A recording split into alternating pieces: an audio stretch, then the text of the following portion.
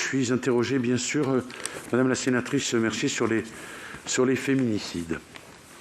Vous me posez une question singulière et infiniment délicate. Aurait-on pu éviter ? On ne peut pas répondre à cette question, tant il est vrai qu'on ne peut pas réécrire l'histoire. On peut d'autant moins la réécrire que ça ne vous a pas échappé. Au fond, par les temps qui courent, on a une vision fait diversière de la justice, exclusivement fait diversière de la justice. Au fond, on en demande davantage au ministère de la Justice qu'on pouvait le faire il y a 10 ans ou il y a 15 ans, puisque on lui demande non seulement de compter les crimes, de les juger bien sûr, mais également de les compter. Et chaque fois qu'un crime est commis, c'est la faute du ministère de la Justice. Grosso modo, c'est une caricature, mais elle a naturellement, vous le savez, des buts politiciens. Et certains s'en sont emparés, vous le savez, je ne m'arrête pas là-dessus. Moi, je veux quand même vous dire que nous sommes au rendez-vous des efforts que nous avions promis de faire. Qu'il s'agisse des téléphones grave danger, qu'il s'agisse des bracelets anti-rapprochement, qu'il s'agisse des ordonnances d'éloignement. Je ne vais pas redonner les chiffres. J'ai donné un coup de patte la fois dernière en disant mais quand même, ces bracelets anti-rapprochement ne peuvent pas rester dans les tiroirs. On en a augmenté l'utilisation de 100%. Et donc je me félicite d'avoir fait ça dans une circulaire combinatoire.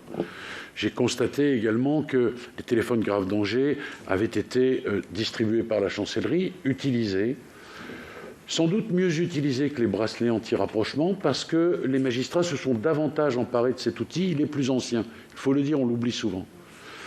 Le bracelet anti-rapprochement, parfois, il n'est pas posé parce que la victime ne souhaite pas qu'il soit posé. Il faut aussi le dire, ça. Ce sont des choses que l'on oublie parfois.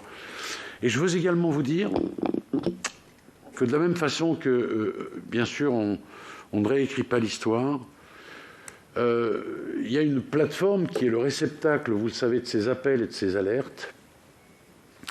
Et les chiffres qui nous sont donnés sont très impressionnants.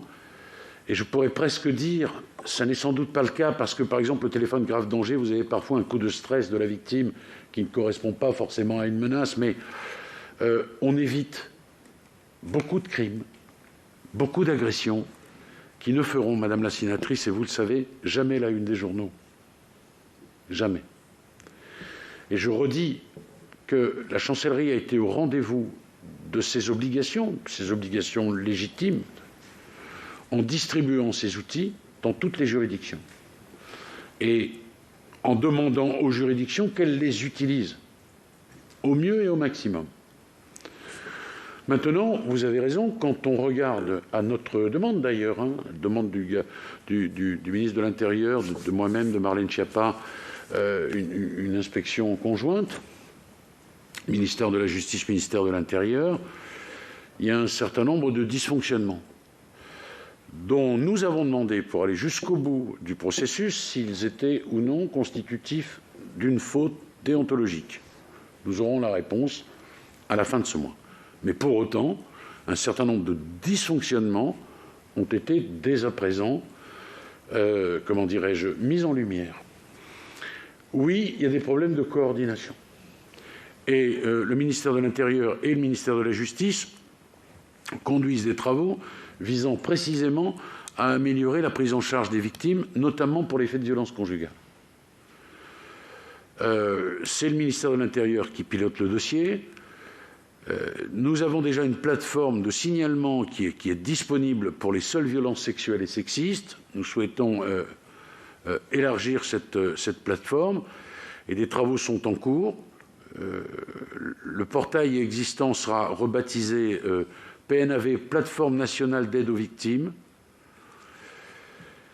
et verra son périmètre étendu à d'autres infractions que celles dont je viens de vous parler, dans le souci qui est évidemment le vôtre et que j'entends. C'est indispensable que les services se coordonnent davantage et qu'on ne laisse pas passer des informations qui sont capitales. De là à répondre à votre question, je ne m'autoriserai pas à le faire. Aurait-on pu éviter bon.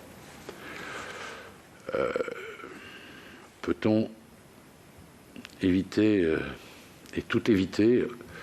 On essaie bien sûr de faire au mieux avec ces outils, mais vous n'empêcherez jamais un fou furieux de s'affranchir et d'une ordonnance d'éloignement et d'un bracelet et des règles que fixe le bracelet anti-rapprochement ou le téléphone grave danger, malheureusement.